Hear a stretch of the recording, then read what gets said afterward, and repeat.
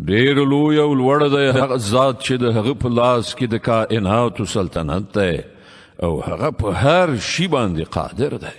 هغه ذات چې مرګ او ژوند پیدا کړ تر څو چې تاسې وازمایي وګوري چې له تاسې څخه کوم یو د ډېر ښه عمل کوونکی دی او هغه زورور هم دی او بخونکی هم. هغه ذات چې لاندې باندې اسمانونه پیدا کړل. ته به د رحمان خدای په هستونه کې هیڅ راز نا اړوندي او توپیرون نه مومي. بیا راوګرځه وګوره چیرته د کوم سوری یعنې نیمګړتیا په اسمانونو کې تر سترګو کیږي. بیا سترګې واړوه راواړوه ستا نظر به ستومانه نامراده بیرته در ستون شي. مونږ تاسې ته نږدې د دنیا اسمان په سترو ډیوو یعنې ستورو سره سینګار کړی دی او همغه مو د شیطانانو د ویشتلو زغلولو وسایل ګرځولي دي.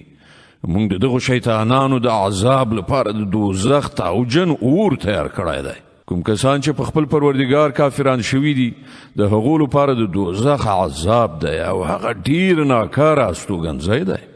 کله چې هغوی په هغه کې وغورځول شي نو د هغه د غړمبېدو هیبتناک غږ به واوري او هغه به ځوښېدونکی وي، له ډېرې غوسې به چاودېدونکی وي.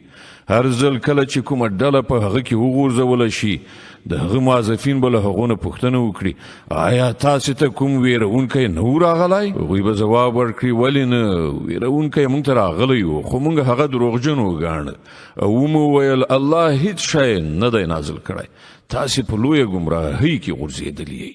او هغوی به وایي کاشکې موږ په دنیا کې اورېدلي یا مو له عقل څخه کار اخیستی وای نو نن به د دغه تاوجن اور په وړو کسانو کې شامل نه و. په دې ډول به هغوی په خپل ګناه باندې خپل اعتراف وکړي. لعنت دی په دغو دوزخیانو باندې. کوم کسان چې نالیدلي له خپل پروردګار نه ویریږي په باوري ډول هغو ته بخښنه ده او لوی